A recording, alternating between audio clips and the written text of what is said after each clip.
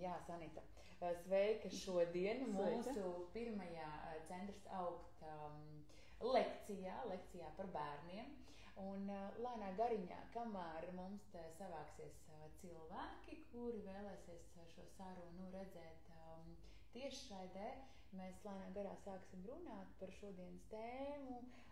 Iepazīstināsim arī ar sevi, protams, vai ne? Es iepazīstināšu arī ar tevi, Sanita, kuru es, kā es jau minēju, par ko es biju ļoti priecīga, ka tu pievienojies manā komandā. Viens no pirmajiem cilvēkiem pašā sākumā jau. Jo zinot tavu tādu ļoti spēcīgo pieredzi un backgroundu ar bērniem, es noteikti vēlējos tādu speciālistu tavā komandā. Jā, bet sākumā pastāstīšu, ko tad mēs šodien darīsim. Šodien mēs tad rīkojam pirmo mūsu bezmaksas lekciju vecākiem par bērniem. Par bērniem par bērnu mūsdienu tēmām, aktualitātēm, bet ļoti, kā mēs ar Sanitu jau runājām, ļoti gribējās arī apskatīt visus šos bērnu vecumu periodus un attīstības posmus un iespējamās krīzes un viņu vajadzības. Kas tad ar bērniem katrā viņu vecuma periodā notiek? Jo es bieži vien saskaros ar to, ka patiesībā vecākiem diezgan nav nejausmas, kas ir viņu tie galvenie bērnu uzdevumi un vajadzības, uz kuriem tad fokusēties. Nu, lūk, tāpēc šodien mēs ar Sanitu parunāsim par šiem te vecuma posmiem, par galvenajām vajadzībām, sākot no dzimšanas līdz pat cik kādam vecumam? Apmēram 18. Apmēram 18 gadi. Tad bērni skatās aptuveni līdz 18 gadiem. Nu jā, likumiski līdz 18. Līdz 18, jā. Nu, lūk, ļoti klusi knapi var dzirdēt. Paldies, Irita. Tad mēs mēģināsim skaļāk runāt, lai jūs visi dzirdat. Paldies par to, ka tu uzrakstīji. Jā, tā tad sākumā tad gribētos vēl arī Sanita iepazīstināt ar tevi. Ja, kā jau es minēju, mūsu centra augsta bērnu speciāliste, kas, man liekas, ka tu labāk pratīsi pastāstīt par sevi, kas tu esi, ar ko tu strādā un kādas ir varbūt tās galvenās tēmas arī, ar kurām pie tevis cilvēki vai vecāki vēršas. Jā, sveiki, mani sauc Sanita, esmu geštaltterapeite, psiholoģe ar specializāciju bērnu un pusauģu psihoterapijā. Tāpēc es strādāju ar bērniem, ar pusauģiem, ar jauniešiem, arī ar viņu vecākiem, par dažādām grūtībām, ar kurām saskars viņu bērni, kā arī par vecāku, varbūt trauksmēm un uztraukumiem, kas ir saistībā ar viņu bērniem. Šajā jomā es strādāju īstenībā jau vairāk kā 10 gadus. Jā, 10 gadus es nostrādāju dienas centrā ar bērniem, kas nāk no reizēm diezgan nelabvēlīgām ģimenēm, ar bērniem, kuriem ir ļoti izteiktas uzvedības problēmas, kuriem ir konfliktējošas attiecības ģimenē. Līdz ar to mana pieredze ir ļoti bagātīga. Es esmu saskārusies tiešām ar ļoti daudz un dažādām uzvedības grūtībām, ar bērnu iekšējām problēmām, kas viņus skar depresija, trauksme, bailes, agresija. Arī jautājumi par kādu tuvinieku zaudēšanu ir bijuši ļoti aktuāli. Tā kā, jā, pieredze man ir daudz, ko teikt arī ir daudz par bērniem un pusauģiem, tā kā, par to tad šodien lekcijā. Jā, šodien noteikti. Un vēl, Sanita, man noteikti ļoti gribētos pieminēt arī to, ka tu pati audzini arī auģu bērniņus. Jā, man ir vairāk auģu bērni un arī ar viņiem. Tas stāsts nevienmēr ir vienkārši, jo viņi arī nāk no ģimenes, kur ir bijuši visādi apstākļi un līdz ar to, jā, manas zināšanas ir ne tikai teorētiskas, ne tikai profesionāls, bet arī praktiskas, arī mātes lomā pašai. Jā, noteikti, un tas prasa papildus noteikti gan pacietību, gan resursus, lai spētu tikt galā ne tikai ar savu bērnu, bet arī ar auģu bērniem, kuri nav dzimuši šajā konkrētajā ģimenē, bet kaut kur citur. Jā, un saskāršies arī ar tādām diezgan nopietnām grūtībām jau savos pirmajos dzīves gados. Jā, tur ir jāieliek papildus un papildus, jo daudz ko bērni nav saņēmuši, to, kas viņiem būtu bijis jāsaņem kaut kādā konkrētā vecuma posmā. Tāpēc arī man ļoti gribas izglītot vecākus par to, kā viņi var atbalstīt savus bērnus dažādos vecuma posmos un lai viņi dabūtu pēc iespējas maksimālo to vecāku atbalstu un uzmanību. Kā mēs ar tevi jau runājām, tepat tās aizkadrā, jo mums jau izveidojās tāda brīnišķīga saruna un diskusija par vecākiem, par mūsdienu vecākiem, par to lielo trauksmi, ar kuru vecāki saskarās, jo it visi vecāki vēlas to pašu labāko saviem bērniem. Viņi vēlas pieņemt labākos lēmumus, kas ietekmēs viņu tālāko dzīvi, un līdz ar to rodās arī tāda milzīga trauksme un resursu izsīkums audzinot arī bērnus mūsdienās.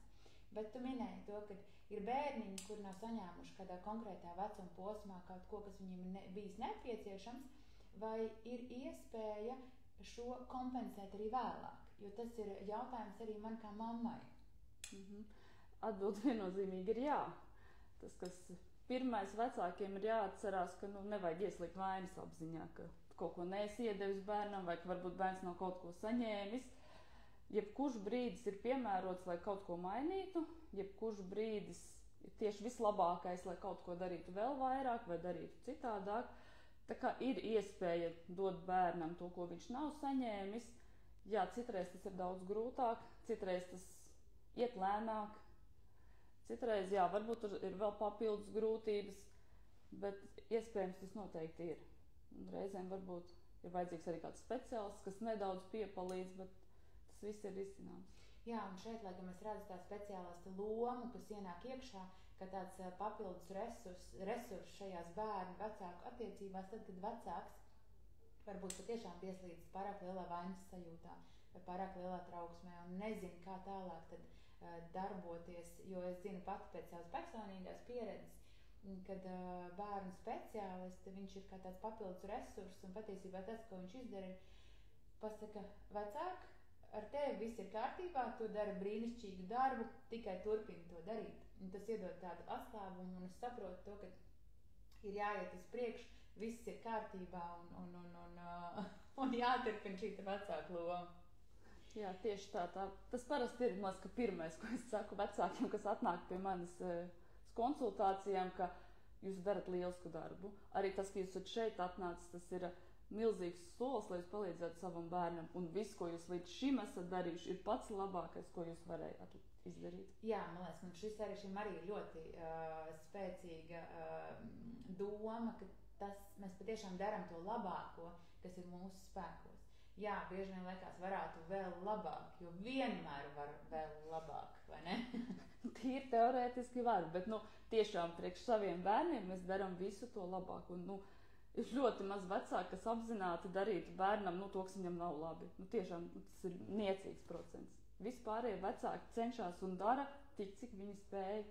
Līdz ar to tad sanāk, ka vecākam ir jāiegūt tāds liels darbs arī ar sevi, lai spētu, piemēram, kādu konkrētu situāciju, kur viņš saprot, kas nav varbūt līdz galam veselīgi gan viņam, gan bērnam, lai spētu mainīt. Jā, vecākiem ir nepieciešami savi resursi, stiprināt savus resursus, lai varētu arī palīdzēt bērnam, jo nevelti tikai vecāks, kurš tiek ar sevi galā vai varbūt spēja prasīt palīdzību, var palīdzēt arī savam bērnam.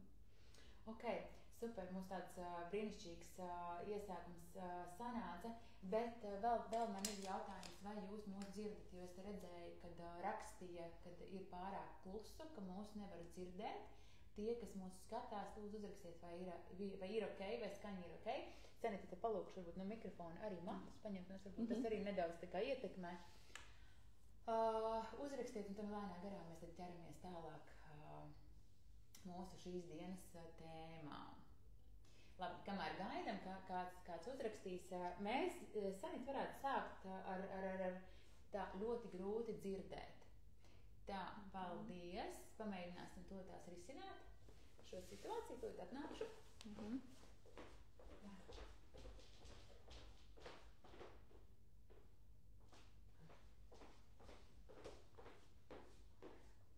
Tā, labi. Zini, kāda šitā paņemam bišķiņ tuvāk mums. Varbūt mūs varēs labāk dzirdēt. Es Sanitu vairāk tuvāk Sanitai. Pārkārtojam mūsu setupu. centīsimies skaļāk. Centīsimies runāt skaļāk, tikai nezinu, kāpēc tagad ir grūti dzirdēt. Mums ir gan mikrofons, gan viss. Labi, ok, runājam mēs skaļāk. Sanita, tad zini, kā iesākam ar vecuma posmiem. Pastāsti lūdzu, tad kuri ir šie vecuma posmi, kā viņi iedalās un kas tad ar bērnu notiek katrā un kas ir tā galvenā tā vajadzība, uz ko mums kā vecākam vajadzētu koncentrēties. Jā, tad es pastāstīšu par visiem vecuma posmiem. Tas ir tāds mans apkopojums par vecuma posmiem no dažādām teorijām un no manas pašas novērojumiem. Nu jā, sāksim ar to pašu jaunāko vecumu, tas ir zīdainis, tas ir apmēram līdz 1 gada vecumam. Tas ir tikko pasaulē ienācis mazs bērniņš, kurš ir pilnībā atkarīgs no savām aprūpas personām, no saviem vecākiem. Līdz ar to viņa vajadzība ir tā, ka viņš iepazīst no šo pasauli tīri tā, kas te vispār notiek. Vai te ir droši, vai te ir nedroši, vai es varu uzticēties pasaulē, vai es nevaru. Tāpēc šī ir tā vieta, kur vecākam ir ļoti liela loma. Jo viņš ir pilnīgi fiziski atkarīgs no vecāka, jo viņš nevar izdarīt neko pats. Ne paēst, nekur aiziet, tā kā pilnīgi atkarīgs. Un tāpēc vecāku loma ir apmierināt šīs bērnu vajadzības un atsaukties bērna saucieniem, atsaukties uz bērnu neapmierinātību, jo līdz gada vecumam bērnu izlutināt nevar. Nevar. Es zinu, ka vēl joprojām ir tas uzskats dažās, sabiedrībās vai vēl kaut kur, ka paraudās nomierināsies, bet nē, līdz gada vecumam nē. Tas ir tas vecums, kad bērnam ir vajadzība, viņš par to ziņo raudot, un vecākam ir jāatsaucās uz šo te viņa vajadzību. Protams, no vienreizējas situācijas, ka tu nepaspēsi aiziet pie tā bērna, vai varbūt, ja vēl ir citi bērni, ja tu nav jāskrien tā, pilnīgi paniski, ja? Bet, maksimāli cenšoties atsaukties uz to bērnu vajadzību, un tad tas bērns iemācās, ka jā, šī pasaule ir droša, ka es esmu vērtīgs, ka manas vajadzības ir vērtīgas, lai viņām pievērstu uzmanību, ka man palīdzēs un ka šī ir droša vieta, kur es varu augt un attīstīties. Tā kā, tas pirmais gads ir, fizisks kontakts ar bērnu, sarunas ar bērnu, runājam, pat ja viņš vēl nesaprot vārdus. Tā emocionālā noskaņa, tas, kā mēs vēršamies pie bērna, tas ir tas, kas palīdz tam bērnam attīstīties, tam bērnam sajusties droši, vērtīgam, pieņemtam. Tā kā, tas ir tas pats sākums. Un tas notiek arī tas laiks, kad veidojās šī piesaiste, vai ne? Jā. Droša vai nedroša piesaiste, tas ir tas pirmais laiks, kad bērns saprot, viņš var uzticēties, kā tu minēji, var uzticēties pasaulē vai nevar uzticēties pasaulē. Jā, tas, ko es minēju, tas arī ir tas piesaistes veidošanās process, kad tas ir tās pirmās attiecības ar vecākiem izveidojas tā drošā vai, diemžēl reizēm nedrošā piesaiste, un pēc tam viņš šo pašu piesaisti pārnesies arī attiecībās ar citiem cilvēkiem, kas jau būs tālākās vai aprūpas personas vai vienaudži, bet tas primārais tā piesaiste izveidojas šajā vecuma posmā. Labi, paldies. Tas ir tātad zīdaiņa periods līdz gada vecumam. Tālāk, kas seko? Tālāk ir tas vecums, kad no tā zīdaiņa ir jāpaliek par bērniņu. Tāds pārejas periods, agrīnā bērnība. Angliski ir ļoti labs vārds toddlers, latviski īsti nav tāda vārda. Tas ir bērns, kurš ir sācis pārvietoties, bērns, kurš staigā, kurš skraida apkārt, un tā viņa vajadzība ir tagad izpētīt pasauli. Es tagad redzu, kas te vispār notiek. Tas bērns sāk tā kā primāri atdalīties no vecākiem. Es esmu pats, es esmu atsevišķi. Nav vairs tā pilnībā kopā ar māmu, kā tas bija tie pirmajā dzīves gadā. Viņš tagad saprot, ka viņam ir visa pasaule priekšā un ka viņš viņu tagad izpētīs. Protams, viņš vēl joprojām ir absolūti nedrošs un viņam ir vajadzīga arī tā mamma. Un šajā vecumā ir ļoti izteikta tā kā šūpošanās. Man ir interese, es eju, bet jāpaskatās, vai mamma ir uz vietas, nē, ir uz vietas, tad es varu iet tālāk pētīt pasauli, bet vai mamma ir uz vietas? Nu, viņš visu laiku ir šajās divās sajūtās. Ir interese pētīt pasauli, bet ir vajadzīgs arī šis drošais patvērums, kur ir vecāki, mamma, aprūpas persona. Līdz cik gadu vecumam šis toddlers skaitās? Nu, es teiktu, līdz apmēram 3 gadu vecumam. Tas arī saskan ar to vecumu, kad visbiežāk, ka bērni jau tiešām iet bērnu dārzā, un tie 3 gadu vecumā viņš jau ir tāds, kurš vairāk sāk socializēties ar citiem. Šis 2 gadu vecums, 2, 3, kad viņš ir tā agrīnā bērnība, tas ir tas vecums, kad iepazīstot pasauli, viņš arī mācās to patstāvību. Tas ir vecums, kad ir es pats visu. Un tas arī saistīts ar to atdalīšanos no vecākiem, ka viņš saprot sevi. Vecākiem ir jāklausās ļoti daudz nē, ļoti daudz es pats, bet tas ir jāpieņem. Vecākiem ir jāsaprot, ka tas ir tas veids, kā tas bērns sajūt sevi kā atsevišķu cilvēku, kā atsevišķu personu. Tas ir tas pirmais moments, kad viņš atdalās. Un viņa šī vajadzība tātad ir spēt izpētīt pasauli, lai šī mamma, noteikti vecāki atbalsta viņu to vajadzību pētīt pasauli, uzrāpties noteikti, pamēģināt, izpētīt, bet tajā pašā laikā, lai viņi zina, ka viņi jebkurā laikā var atnākt pie šī vecāka. Man patīk tāds salīdzinājums, tā kā uzpildes stacija. Jā, pilnīgi noteikti. Un šajā vecumā vecākiem vajadzētu lielu pacietību, ļaut tam bērnam darīt to, kas viņam interesē. Jā, reizēm gribās tur varbūt viņa vietā izdarīt vai pateikt kaut kādu nē, jo pēc tam būs vai jāvāc, vai ar to pašu ūdeni spēlēties. Pēc tam man būs visa grīda jāvāc. Bet šis ir tas vecums, kad maksimāli censties ļaut tam bērnam darīt.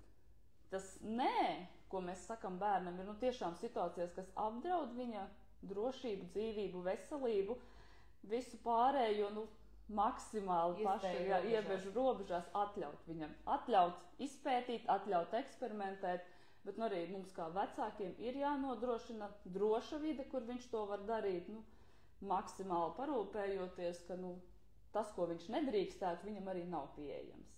Jā, un te man atkal gribās pieminēt, un šeit arī šajā brīdī vecākam ir jābūt resursu pilnam, lai atļautu bērnam maksimāli pētīt šo te pasauli, jo es pati ļoti labi atceros, kad es biju pārgurusi kādu ūdens vākšanu, es gribēju, lai bērns ir pilnīgā mierā, lai man pēc tam nav jāiet un pludojoša vannas istaba jāglābi no tā, kā kāds no bērniem viņu tur eksperimentējis ar ūdeni, vai ne? Un šeit arī gribētu pieminēt to, ka ir vajadzīgi arī vecākam resursi, lai viņš spētu palīdzēt šim bērnam apmierināt viņa vajadzības. Jā, tas ir ļoti svarīgi, ka vecākiem ir viņa arī atbalsta sistēma, kas var palīdzēt, kas viņu atbalstīs, jo tiešām resursi šajā vecuma posmā ir vajadzīgi ļoti daudz. Jo, diemžēl ir tāda negatīvā statistika, ka šajā vecumā bērni, diemžēl visbiežāk tiek varbūt sodīti.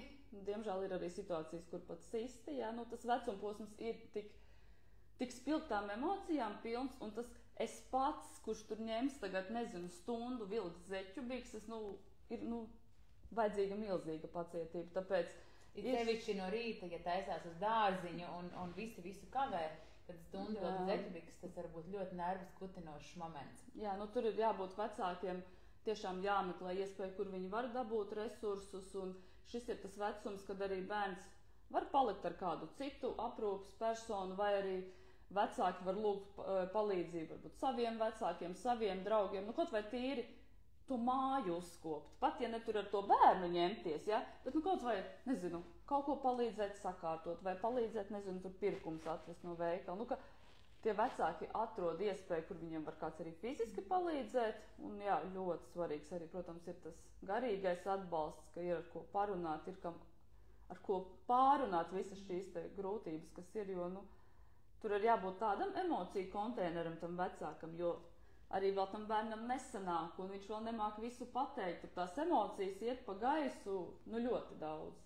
Un te man nāk arī prātā to, ka ja vecākam pašam šis konteiners ar emocijām ir pilns, ja viņam ikdiena ir milzīga stresa pilna, bieži vien neapzinoties savas emocijas un varbūt turot viņas iekšā, tad pieņemt vēl maza bērna, man te nāk vairāk tāds 3-gadnieka, nē, uz visu, ko tu saki, nē, pieņemt šo nē ir ļoti, ļoti grūti un sarežģīti. Nu, tas gan jā, jo, ja tas konteiners ir pilns, tad tas viens nē vienkārši rada izvirdumu. Rada izvirdumu, bieži vien tas sanāk arī uz bērnu, vai ne? Mēdz būt tā, uz bērnu, ka viņš dabū visas savas, dzirdēt visas vecāka neizrēģētās emocijas. Un jo es arī bieži vien dzirdu, kad vecāki saka, jā, bet tas bērns izraisa, viņš vienkārši tā kā speciāli to dara, jo viņš grib, es nezinu, tur man ieriept un tā tālāk, bet tas, man liekas, ir tādas pilnīgas muļķības, jo bērns, viņš vienkārši ir šajā posmā tāds, tas ir viņa vajadzība pētīt, mēģināt, un tas nevienā brīdī nav, lai ierieptu vecākam. Pilnīgi noteikti. Jā, varbūt tā sajūta, ka bērns speciāli dara, ka viņš grib man nokaitināt, ka viņš speciāli dara visu pretēji, kā saka, bet tas ir viņa attīstības tā īpatnība, ka viņam ir jādalās no vecāka, viņam ir jāsaprot, ko es pats varu. Un, jā, visi bērni grib izpatikt saviem vecākiem. Nu, tas gan ir noteikti. Viņi grib izpatikt vecākiem, viņi grib, lai vecākiem viss ir labi, jo tā ir viņu svarīgākā dzīves daļa, tas ir svarīgākais cilvēks šajā brīdī. Paldies! Tad nākošais posms, tad mums bija zīdainis, mums bija todlers, tad tālāk, kas iet? Nu, tālāk ir tas pirmskolas vecuma bērns, kad viņš no 3 līdz tiem 6, 7 gadiem, kad lielāko dienas daļu viņš pavada izglītības iestādē, bērndārzā, ļoti bieži tā tas ir. Un tas arī sakrīt ar tā vecuma posmu to vajadzību, ka iepazīt, ka pasaulē ir vēl citi cilvēki, ka nav tikai mūsu ģimene, ka neesmu tikai es, mana mamma, es te esmu atdalījies, ir vēl citi. Un ir vēl citi bērni, ir vēl citi pieaugušie, ar kuriem veidot attiecības. Un šis ir tas vecums, kad viņi arī ļoti ir bagāti ar iztēli. Šis ir tas vecums, ka viņi izspēlēs visu un daudz iniciatīvas, daudz idejas.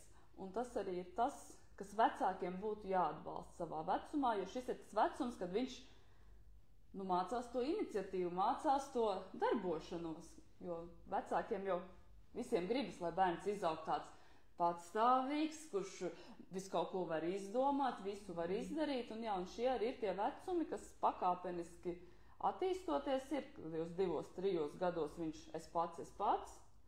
Un tad jau viņš jau ir ar idejām es pats. Un tajā pirmskolas vecumā viņi tiešām ir ļoti daudz visādas idejas. Un te bieži vien es zinu to, ka realitāte jūka ar fantāzijām, fantāzijas ar realitāti.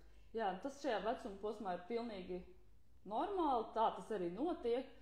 Šī atšķiršana realitāte no fantāzijām īstenībā nāk nākamajā vecuma posmā. Tā kā varbūt vecāki arī bieži saka, ka mans bērns melo šajā vecuma posmā, bet viņi pat nemelo. Viņi reizēm tiešām tā domā un viņam jūgtās viņu fantāzijas, tā viņu iztēle, ko viņš ir izdomājis ar to, kas notiek realitātē.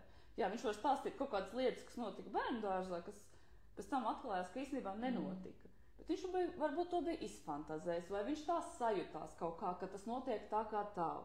Un vēl arī visi šie fantāziju tēli un iedomu draugi. Jā, šis ir tas laika periods, kad tas viss ir ļoti, ļoti aktīvs un šajā vecumā to nevajag slāpēt. Jā. Tas ir tas, ko mēs atbalstam kā vecāki, šo te bērna iztēli, arī kopīgi lasot tās pašas pasakas, stāstus, tas viss arī palīdz attīstīt vēl plašāk šo te viņa radošo pasauli. Un, nevajag tur bērnam liekt, kāpēc tu man melo, vispār tā nav taisnība vai kaut kas tāds, bet runāt ar bērniem. Šis arī ir tas vecums, kad visos vecumos ir jārunā, bet šajā vecumā ir ļoti daudz jārunā. Šeit ir kāpēc, un uz visiem šiem viņa jautājumiem ir jācenšas atbildēt. Atbilstoši viņa vecumam, izskaidrot lietas, runāt, kas tagad notiek, kas notiek ar viņu, arī par tām pašām emocijām, saukt visas vārdos, jo šajā vecumposmā ļoti attīstās arī runa, vārdu krājums vienkārši milzīgā ātrumā pieaug. Tas, cik viņš var izteikties, bet vēl joprojām viņš ir salīdzinoši mazs, lai viņš nebūtu tik apzināts, tik visu spētu saprast, tāpēc ļoti svarīgi ir maksimāli daudz runāt ar bērnu šajā vecumā. Tātad tā galvenā vajadzība ir atbalstīt šo te iniciatīvu, šo te radošumu, fantāziju, tā, lai viņam gribās darboties, tā, lai viņš spēj realizēt šīs te idejas, un viņš pats to var izdarīt, nevis vecāks to izdara viņa vietā, bet noteikti pats tā kā viņam sanāk, esot vienkārši blakus un to visu atbalstot. Tā pareizi es sapratu. Jā, pilnīgi pareizi. Arī dot viņam iespēju kaut kādus lēmumus pieņemt jau nelielus, tur viņam izvēlēties, ko tu gribēsi darīt brīvdienās, vai kādas drēbes tu gribēsi uzvilkt uz dārziņu, ka viņš jau var arī to savu vēlmu un iniciatīvu īstenot. Te man nāk arī prātā tāds jautājums par briesmoņiem. Es atceros tādu periodu, kad puikam bija ļoti aktīvs zombiju briesmoņu periods, ka viņam likās, ka viņi ir istabā vai zem gultas vai kaut kur. Tie arī ir visi iztēles augļi. Jā, iztēles augļi var būt dažādi, tas gan jā. Un šis vecums ir tas, kur ir ļoti izteiktas bailes no tumsas, no šiem pašiem briesmoņiem. Arī tajā mums ir jāsaprot bērns, ir jārunā par bailēm, ir jārunā par to, kā mēs viņam varam palīdzēt, jo viņš tiešām vēl nesaprot, ka tie briesmoņi neeksistē. Un tas, ja vecāks saka, ko tu tur izdomā, vai tā visa nav taisnība, tas patiesībā mēs viņam nevis palīdzam tikt galā ar viņa bailēm, bet vēl sagrozam viņu to domu. Jā, to viņa ikdienu, to viņa realitāte. Jā. Šajā brīdī tā ir viņa realitāte, ka viņam ir sajūta, ka tur ir tas briesmonis. Vai zem gultas, vai tumsā, vai vēl kaut kur. Šis nav tas vecums, kad bērnam iestāstīs, ka tas nav īsts. Jā. Ir jāpieņem, jāatbalsta. Jā, es redzu, ka tu esi nobijies, es to dzirdu, jūtu. Ko mēs varam darīt, lai briesmoņi šeit nebūtu, vai maksimāli viņu iedrošināt un saprast, ka viņš tā jūtās. Un palīdzēt, iedot viņam kādus instrumentus, kādā veidā viņš var palīdzēt. Es atceros, ka mēs pirkām sapņu ķērājus, mums bija dažādas vēl lietas, kas tā kā viņam palīdzēja tajā vakarā iemigt gultā, lai viņam būtu šī drošības sajūta, ka viņš var tikt galā arī pats ar šo situāciju. Jā, naktslampiņa maziņa, sapņu ķērāji, nezinu, kāds karavīriņš, bruņinieks blakus. Jā, mums bija Halks. Jā, jebkas, kas viņam bērnam dod drošības sajūtu tajā brīdī. Var arī atgādināt, ka logi ir ciet, durvis ir ciet. Vecāki ir tepat aiz sienas, jā. Super, paldies, Sanita. Tātad šis mums bija tāds pirmsskolas periods, tālāk noteikti sākas skolas periods. Jā, tad sākas skolnieku periods, skolas periods, kas arī sākas ar krīzi, jo no bērnu dārznieka viņš ir kļūst par skolnieku. Tā ir jauna vide, jauni pienākumi, cits dienas režīms, kaut kādas lietas mainās, un tie pirmie mēneši varētu arī būt diezgan sarežģīti, kad ir jāpārslēdzas. Arī pašiem vecākiem ir tagad jādomā, kā to bērnu izņemt no skolas ārā, kādas viņam varbūt interešu izglītību vēl likt klāt. Ja bērnu dārzā viņš bija kā nodarbināts, ja ir nepieciešams visu dienu, tad skolā viņš vairs nepavada visu dienu, tas ir īsāks laika periods, bet tur jānāk klāt dažādi pienākumi, un šis ir tas periods, kad tas bērns izjūt to savu varēšanu vai nevarēšanu, ko viņš ir spējīgs. Viņam ir jāpild arī mājas darbi bieži vien skolā, viņam ir patstāvīgi jāpilda darbi, un šis ir tas periods, kad viņš saprot, ko viņš īsti var. Kuras ir tās sfēras, kas viņam padodās. Tas kompetences sajūta. Jā. Un tas tā veidojās šajās pirmajās klasēs, kas ir tajā sākuma skolas periodā, un tāpēc vecākiem ir ļoti svarīgi ieklausīties bērnos, kas viņus interesē, kas ir tas, kas viņiem padodas, kas sanāk, un maksimāli viņus atbalstīt tajās varēšanās, kā ne tik ļoti pievērst uzmanību tam, ko viņš nevar. Jo tā ir tā sajūta, kur viņam veidosies tas arī pašvērtējums, ko es varu, ko es nevaru. Jo bērns gaida to uzmundrinājumu, atbalstu, palīdzību, nevis nosodījumu par to, ka kaut kas nesanāk, ka tu varbūt varēji labāk. Tā kā, šis ir tāds neliels eksperimentu periods bērnam, kad viņš cenšas saprast, ko viņš var, ko viņš fiziski var izdarīt, ko viņš var attiecībās ar draugiem izdarīt, jo te arī sākas tas, ka ir jau tas savs sociālais es. Viņš jau iet klasē, viņš sevi parāda klasē, un tad reizēm vecāki saka, ka viņš varbūt tur ir sācis muļķoties, ir sācis tur kaut kā dīvaini uzvesties, izrādīties.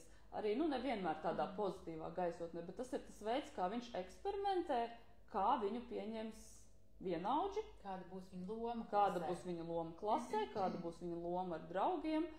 Tā kā šis periods ir tāds, kur ļoti ir vajadzīgs arī šis te vecāku atbalsts, uzslavas par visu, kas izdodās. Šajā periodā bērns ļoti pēc tā alkst. Visos viņam vajag šīs uzslavas par to, kas viņam izdodās un kas sanāk, bet šis periods, kur to vajag maksimāli daudz. Tad tā ir viņa tā vajadzība, lai justos kompetents. Lai justos kompetents, viņam ir nepieciešams šis te vecāku spoguļošana, kad redz, kā tev sanāca, paskaties, kā tu to izdarīji, es redzu, cik tu akurāti, piemēram, raksti vai zīmē, kā tu ej uz treniņiem vai paskaties, kā tu veido attiecības ar saviem draugiem. Jā, tu ļoti precīzi saki par to, kas ir jāsaka bērnam. Nevis, tu esi ļoti gudrs, tu esi draudzīgs, tas bērniem īsti neko, bet tieši konkrētas lietas. Es redzu, cik tu smuki raksti, Es redzu, kā tu tur ar savu draugu spēlējies, ka konkrētas uzvedības mēs pamanām. Tas process, kā viņš dara. Jā, kā viņš dara, ko viņš dara. Tas rezultāts. Tieši tā. Jā, to es tagad tieši šajā posmā mēs arī dzīvojam savās mājās, tāpēc es ļoti labi zinu, ko tas nozīmē. Un man ļoti patika tas, kad tāds padoms, ko es savukārt dzirdēju no sava terapeita, kad to lietu, ko tu vēlies, lai bērns dara labāk vai attīsta, pievērstam uzmanību, kā viņš jau to sāk darīt. Šīs uzslavas viņam liek censties vēl vairāk. Automātiski mana reakcija sākumā, es atceros, bija, kā norādīt uz šīm lietām, kas nesanāk un kuri jācenšas vairāk. Un es sapratu, ka tādā veidā es atdaros tādā bezizējas situācijā, jo es saprotu to, ka tas rada tikai pretēju efektu, tas bērns mazāk vēlas to darīt. Un šī pieeja caur uzslavām, caur iedrošinājumu, caur to, ka es to redzu, kā viņš to dara, rada pozitīvu efektu un vēlmi darīt labāk. Jā, tieši tā. Katrs pamanītais sīkumiņš, kas viņam izdodas tajās lietās, kas varbūt iepriekš neizdevās, ir lielisks motivators, lai bērns censtos vēl un vēl. Brīnišķīgi. Tā, un līdz kuram tātad vecuma posmam šis te? Tās ir pašas pirmās klases līdz 9 gadi apmēram. Līdz 9 gadi, aptuveni 7 līdz 9 gadi. 7 līdz 9, jā. Tālāk, pēc tam nākošais posms ir? Pirms pusaudzība, tas ir agrīnā pusaudzība. Agrīnā pusaudzība. Starp citu, tev drīz būs arī lekcija par agrīno pusaudzību, kas man šķiet ir ļoti aktuāla tēma. Jā, jo īstenībā šis ir tāds vecuma posms, kuru ne visur vispār izdala dažādās teorijās. Viņš ir tāds vecuma posms, kur diezgan viegli, diemžēl, ir pazaudēt to emocionālo saikni ar bērnu, jo tas bērns ir iemācījies tikt ar lietām galā. Viņš ir kaut kā iedzīvojies klasē, viņš ir iedzīvojies ģimenē, viņš ir tāds diezgan nepamanāms. Ja nav kaut kādas izteiktas uzvedības grūtības, un pat ja viņas ir, tās nav, reti, kad ir jaunas. Tas parasti tas bērns ir jau, pierasts, viņš iet skolā, viņš tiek ar to galā. Liekas, ka var nepievērst uzmanību viņam vairs. Nevis tā, ka vispār viņu ignorē, bet kaut kur tā sajūta ir tāda, ka viņš tiek pats galā, neprasa manas ne domas, ne rūpes un tā. Un tāpēc šis vecuma posms gluži pretēji varbūt ir vēl svarīgāks, jo nākamais, kas ir, tas ir pusaudžu vecums, no kā īstenībā ļoti daudzi baidās, kas rada ļoti daudz trauksmes, un īstenībā tas rada trauksmi arī bērnos, jo Par to runā daudz sabiedrībā, ka pusauģu vecums ir briesmīgs, pusauģu vecumā būs grūti. Šie bērni arī var dzirdēt skolā vai mājās vai vēl kaut kur. Tu jau tagad šitāk lietas, ko tad tu darīsi pusauģu vecumā? Ja jau tu tagad esi tāds, kāds tu būsi pusauģu vecumā? Tā kā viņi vēl tiek biedēti, jā. Ieprogrammēti savā ziņā. Jā, biedēti ar to pusauģu vecumu, un īstenībā viņiem šajā vecumā ir trauksme par to, kas būs, kas ar mani notiek. Šajā pirms pusaudzībā. Jā, pirms pusaudzībā. Un tas ir tas vecums, kad īstenībā vecāki var ieguldīt milzīgu resursu savā bērnā, kā mēs gribēsim, lai viņš tiek galā ar sevi pusauģu vecumā. Šis ir tas vecums, kad viņš vēl klausās vecākos. Jo tas jau ir vecums, kad ir tā pārēja, kad jau vienaudži ir ļoti svarīgi, bet vēl joprojām vecāki ir svarīgi, jo pusauģu vecumā vecāki jau būs, ļoti tādā nesvarīgā lomā priekš bērniem, tas gan jā. Un tāpēc šajā pirms pusauģu vecumā ir tās visas prasmes par to, ka arvien vairāk atbildības viņam dodam, ko viņš varētu pats izdarīt. Piemēram, kaut vai varbūt uz skolu brauks pats ar sabiedrisko transportu, lai kaut vai pilsētu izzina, ka viņš pats izvēlās to savu ikdienas tēlu, apģērbu. Jā, ka ir lietas jau arvien vairāk, ko viņš izvēlas pats, ko viņš dara pats, jo šis ir tas vecums, kad viņš sāk mācīties to atbildību par to, ko viņš ir izvēlējies, ko viņš ir darījis. Kādas ir sekas darbībai noteikti? Jā, tieši tā, un šis ir tas vecums arī, kad uzvedības sekas viņi sāk apzināties, un kad vecākiem viņas ir jāparāda, un arī šajā vecumā ir ļoti daudz ar viņiem jārunā, jāstāsta par vērtībām, par vajadzībām, jo tas viss ir tas pats tas kodoliņš, kas pēc tam būs pusauģu vecumā, ko mēs ieliksim, ko mēs liekam visos šajos vecumposmos, bet šajā tas ir tā kā īpašs uzsvars jāliek, lai viņš veiksmīgi pāriet uz pusauģu vecumu. Tu runā par atbildībām, bet es arī diezgan esmu bieži saskārusies ar mamām, kuras saka, mans bērns nevēlas neko darīt. Tieši šajā te pirms pusaudzības periodā es viņam saku izdarīt šo un to, bet viņš to, piemēram, pa dienu nav izdarījis. Vai kā bērnam palīdzēt uzņemties šo te atbildību, kā viņam mācīt to darīt, tā tīri praktiski. Kā tas izskatās? Tīri praktiski tas ir pienākumi mājās. Katram mājās ir pienākumi. Mēs viņus izrunājam, un ļoti svarīgi ir arī pārunāt, kāpēc ir svarīgi to darīt. Šis ir tas vecums, kad viņiem jau sākas jautājumi par jēgu. Kāda jēga? Priekš kam? Ka viņam ir svarīgi saprast, kā tas viss notiek, kā tas viss funkcionē kopā mūsu ģimenē, kāpēc katram ir savi pienākumi. Kas notiks, ja kāds no mums nepildīs savus pienākumus? Tīri viņam ar viņu runāt, protams, tajos brīžos ne jau, kad viņš kaut ko nav izdarījis, ir sadusmojis vai vēl kaut ko, bet vispār tad, kad ir tas labais garastāvoklis, kad viņš ir atvērts, runāt ar viņu par šīm lietām, kāpēc tas ir svarīgi? Kāpēc man kā pieaugušajiem ir svarīgi? Vai sākumā tas vecāku uzdevums ir viņam palīdzēt to visu darīt un atcerēties, kamēr līdz viņš iemācās pats. Nevis sagaidīt uzreiz, ka viņš tagad darīs pēc vienas sarunas, pēkšņi tagad darīs. Jā, protams, sarunas arī būs daudz, un palīdzība noteikti ir vajadzīga vēl ļoti ilgi bērniem. Tas gan, ka ir tie momenti, kur vecāks piepalīdz, uzmundrina, atgādina, mēs nevaram gaidīt, ka bērns, kuram ir 9 gadi, spēs pats atcerēties, pilnu dienas režīmu, un tagad viņš visu ievēros, atcerēsies visus savus pienākumus. Vai kad piekdienas vakarā jāaizved ārā mīstast? Jā. Pieaugušie ne visi var atcerēties. Jā, super. Tātad šis ir līdz aptuveni 12 gadu vecumam. Apmēram, tāds sanāk, jo tad sākas tas aktīvais pusauģu periods. Un vēlreiz atgādinot, galvenā tā vajadzība ir iemācīties uzņemties atbildību. Jā, saprast uzvedības sekas un sākt uzņemties atbildību par to, ko viņš dara vai nedara. Ok, labi, tālāk. Un tad ir, pusauģu vecums. Pusauģu vecumu arī var iedalīt sīkāk, ka tur tas pēc tam vēlīnais pusauģu vecums, bet visā kopumā pusauģu vecums ir jautājums par identitāti, kas es esmu, ko es darīšu, ko es daru, kādas ir manas vērtības, kādas ir manas vajadzības. Šeit ir tiešām ļoti daudz jautājumu par sevi, un tas lielais uzdevums ir atdalīties no vecākiem. Pusaudzis, tas ir pa pusē izaudzis, nākamais solis viņam ir pieaugušais. Šis ir īstenībā tas periods, kad tu no bērna paliec par pieaugušo. Un tas īstenībā ir visās jomās, un tas ir, kāpēc tas pusauģu vecums ir tik sarežģīts un grūts, jo mainās pilnīgi viss, mainās ķermenis, mainās sociālās lomas, mainās pienākumi, mainās emocionālā pasaule, hormoni. Pilnīgi viss tev pēkšņi no bērna ir jāizaug pāris gados par pieaugušo.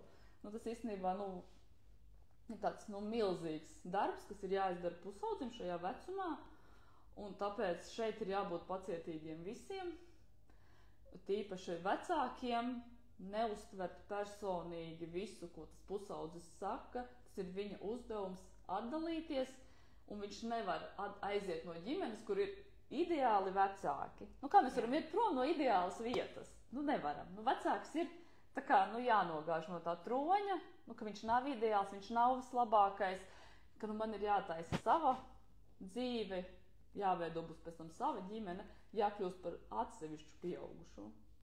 Un patiesībā, jo vecāks cenšas būt ideālāks arī šajā te periodā, jo bērnam ir grūtāk no viņa aiziet. Jā. Un separēties. Jā.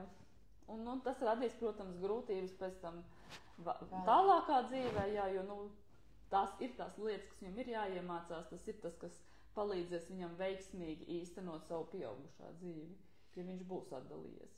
Jā, un to es arī bieži vien dzirdu no vecākiem, kad ir šī te vecāku gāšana no šī te piedestāla, jeb bērns patiešām vēlas šo vecāku ieraudzīt tādā nesmukā gaismā, lai viņam būtu vieglāk atdalīties. Un nav jācenšas to bērnu ļoti, ļoti turēt un censties būt tādam ideālam vecākam, lai no viņa neaiziet. Jo īstenībā tā cenšanās un turēšanās pie bērna, tas smacē bērnu. Viņam ir šajā brīdī svarīgāki draugi. Viņam ir svarīgs tas uzdevums. Protams, mums kā vecākiem ir jābūt klātesošiem. Tas nenozīmē, ka mēs viņu palaišam dzīvē un viss. Tieši tā mēs esam arī atbildīgi par tiem bērniem vēl joprojām. Tāpēc ir noteikumi, ir robežas, ir diezgan strikti noteikumi. Jā, ir sekas viņu uzvedībai. Tam visam ir jābūt. Tam bērnam, tam pusaudzim ir jājūt robežas. Robežas jebkurā vecumā tas ir tas, kas rada drošības sajūtu, ka nav tā, ka es varu darīt jebko un jebkur. Jo ja es varu darīt jebkuru un jebko, tad jebkurš pret mani var darīt pilnīgi jebko. Viņam ir jājūt, ka tomēr ir robežas, kuras nedrīkst pārkāpt. Tātad pusauģu posma tāda galvenā vajadzība ir šīs te identitātes veidošanās, atdalīšanās no vecākiem, lai tālāk pēc tam tas bērns veiksmīgāk iet šajā te pieaugušo dzīvē. Jā. Un šim laikam ir jāiziet cauri, un es bieži vien dzirdu arī vecākus, kuri saka, ka mans bērns tik ideāls šajā vecuma posmā vispār nedumpojās un nepretojās. Vai te varētu būt kāda problēma, kāpēc šis bērns neatdalās no vecākiem, vai šis posms var arī pāriet ļoti viegli?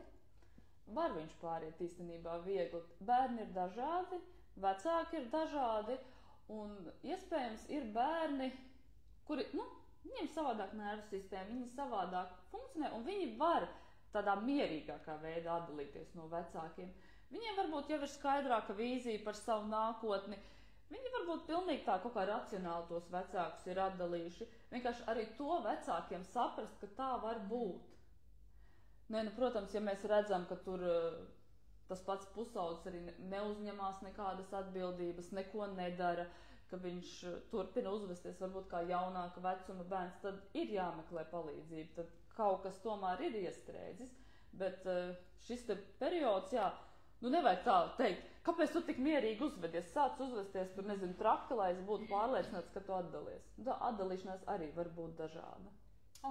Un tātad, ja tomēr rodās kaut kādas nezinu, vecākam trauksme vai daudzi jautājumi par to, kas šobrīd notiek ar viņu bērnu, noteikti var meklēt atbalstu ārpusē, vai tas ir speciālists, vai tās varbūt ir, es nezinu, citas uzticības personas, kuras varētu palīdzēt, iedrošināt, vai ne, un sniegt kaut kādus resursus, lai vecākam pašam lielāks miers šajā procesā.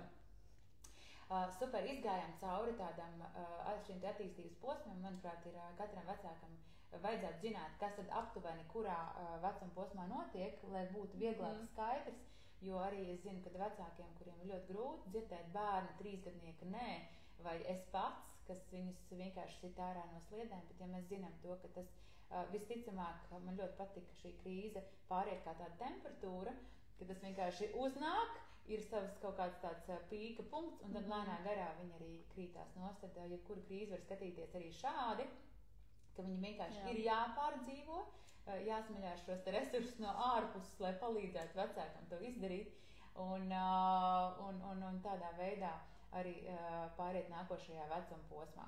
Bet Sanita, sākumā arī bija tas jautājums, ja, piemēram, vecākiem ir pilnīgi daudz un dažādas situācijas dzīvē, grūtības, problēmas, arī pašiem noteikti ar sevi, no savas bērnības, kas traucē viņiem varbūt atbalstīt tos bērnus kaut kādā konkrētā vecuma posmā.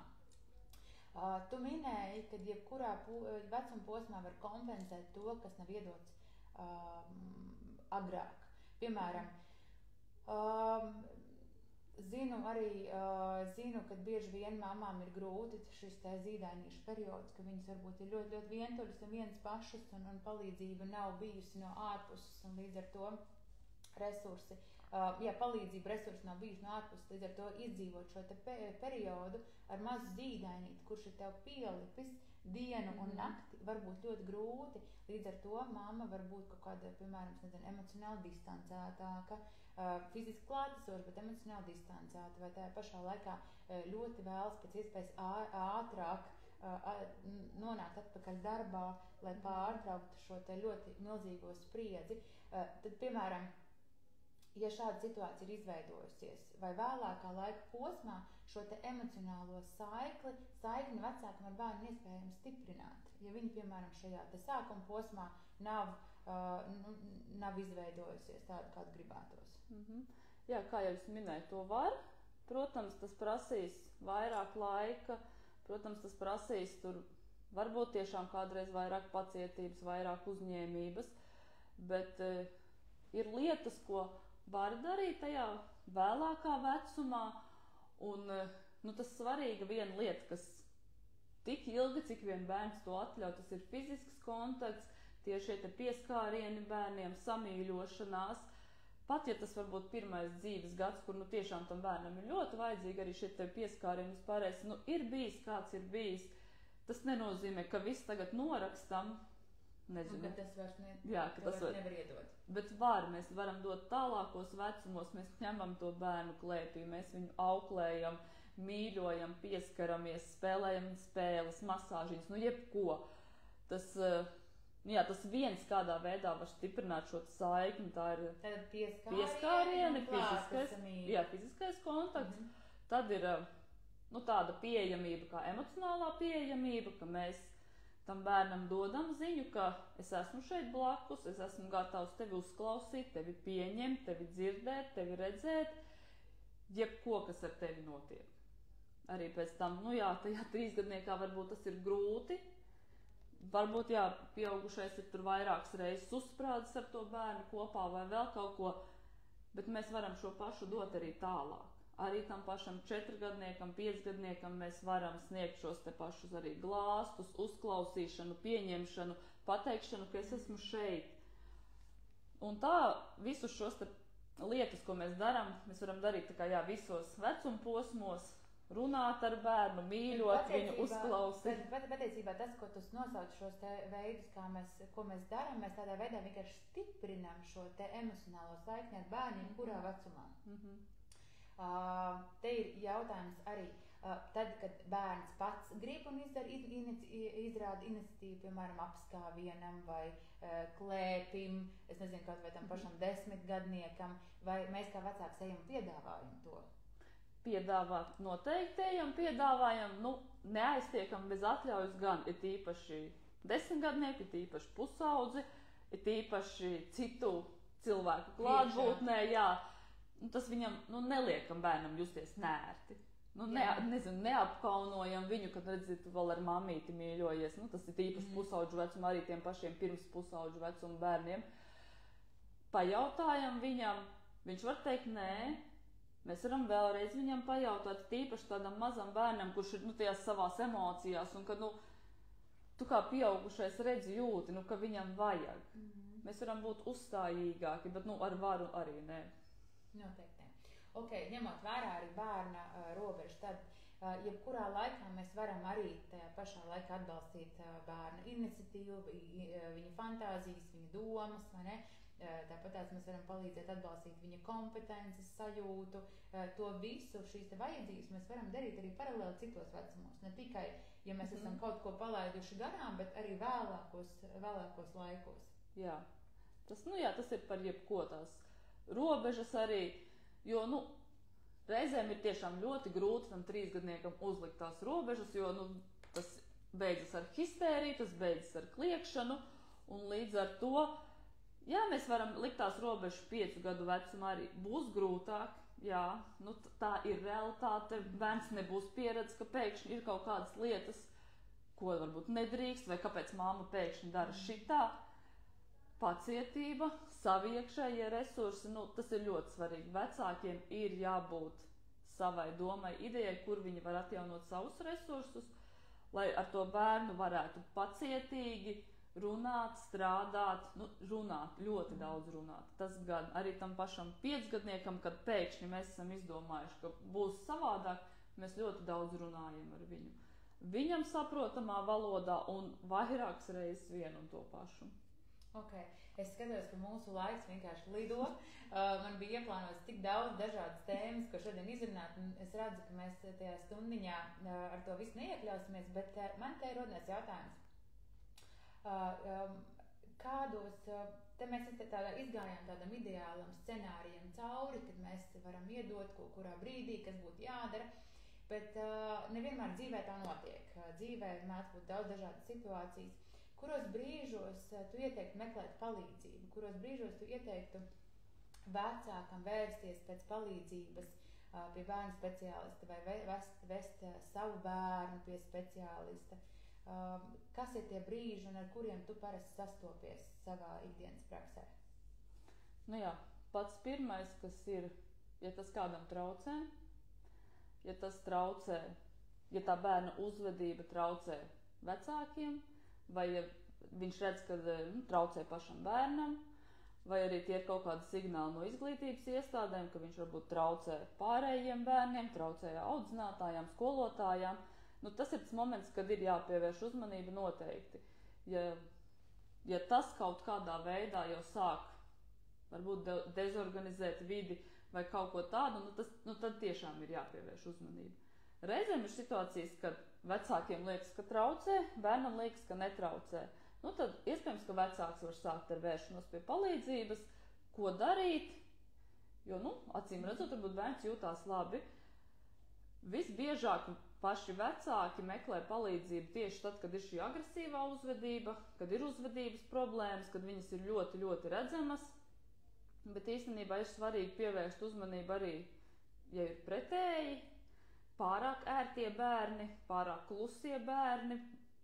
Jā, bērni ir dažādi, temperaments ir dažāds, bet ja tas bērns ir ļoti noslēgts, ļoti ērts, tad arī ir vērts pakonsultēties ar speciālistu, vai tiešām tas, ka tas bērns ir tāds noslēgts, ka tas ir viņa temperaments, vai tomēr varbūt ir kaut kas noticis, ka ir nepieciešama speciālistu palīdzība. Jo īstenībā tādā vecākā vecumā, kad ir jau pusaudzis un viņi paši meklē palīdzību, tad ir pilnīgi pretēja tendence, ka tie, kuriem ir agresīva uzvedība, tiem nevajag palīdzību. Tie jūtās ok, tie pusauģi, bet palīdzību meklē tie depresīvie, trauksmēnie pusauģi, kuriem tīri iekšēji ir tā sajūta, ka nav labi. Ok, un kas ir tas, ko dara speciālists šajā terapijā ar bērnu? Kādas kādas ir metodas, ar kurām tu strādā, un kas ir tas, kas varbūt tāds terapijas mērķis ir, kad bērniņš tiek atrasts pie tevis? Es sākotnēji parasti vispirms runāju ar vecākiem, noklausos viņu stāstu, to, kas notiek, viņu redzējumu, tās grūtības, arī to, kā tas bērns ir attīstījies, kā viņš ir izgājis cauri visiem šiem te vecuma posmiem, kas ir bijuši varbūt katras grūtības, kādas ir tās krīzes situācijas, krīzes vecumi, kā bērns ar to visu tiek galā. Tas ir tas sākotnējais, lai saprastu to bērnu, lai saprastu viņa tā kā attīstības to veidu, modeli, viņa raksturu, viņa šīs te īpatnības. Bet ar pašiem bērniem tas ir vairāk visādā rotaļu veidā, zīmējumu veidā, radošā veidā, jo bērni neatnāk un nestāst par savām problēmām, bet īpaši maziņi līdz tam vecumam, kas ir tāds pirms pusauģu vecums, tad viņi vairāk runā, bet tie mazie viņi jau nav tik apzināti, lai viņi to visu izstāstītu viegli. Tas iet caur dažādiem citiem tēliem, caur rotaļu tēliem, caur zīmētiem tēliem, caur visādām veidošanām, un tas arī tam bērnam šo procesu liek uztvert kā patīkamu, jo tas ir ļoti svarīgi, lai notiktu pārmaiņas, tam bērnam ir jājūtās patīkami. Tas nav tā, ka es teicu, nolasīšu viņam lekciju, tev jāuzvedās šitā, un tas bērns teikt aizies, jā, man tā tante teica, ka tā ir jādara, es tagad tā darīšu. Ja? Tā tas nenotiek, tas viss tiek izspēlēts, un arī bieži vien es vecākiem mācu, kas ir tās lietas, kā viņi mājās var izspēlēt ar bērniem dažādas situācijas, kā viņi var kopīgi spēlēt spēles ar kaut kādu mērķi, kaut kādu uzvedību mainīt. Tad arī instrumenti vecākiem, vai ne? Jā. Tas, man liekas, arī tāds ļoti svarīgs terapijas aspekts, ka mēs dodam tos instrumentus, lai pēc tam tālāk arī mājās turpinātu to visu darīt.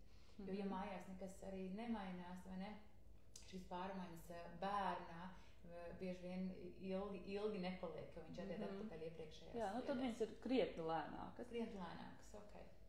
Labi, mīļie, paldies jums visiem liels, ka pievienojaties. Kā es jau teicu, paspējām izrunāt tikai, manuprāt, trešdaļu no tēmām, kas mums bija sarunāts ar Sanitu šodien, bet noteikti tas liek neapstāties, bet turpināt runāt par šādām tēmām. Noteikti gaidīšu arī jūsu vispār feedbacku, atsauksmes, tāpat tās, kā Sanita ir pieejama pie mūsu centrā augt. Droši skatieties mūsu mājaslapā, viss ir rakstīts, ar kādām problēmām, ar kādām lietām jūs varat vērsties. Aptuveni gribējām arī pastāstīt, kā tad notiek šī bērnu terapija, ar kādām problēmām parasti vecāki griežās. Jā, paldies tiem, kas šodien pieslēdzās, kas mūs skatījās, un Sanita, tad tiekamies nākošais, vai ne? Jā, paldies. Uz šīs sarunas turpinājumu. Labi, ar tā, lai došu dienu.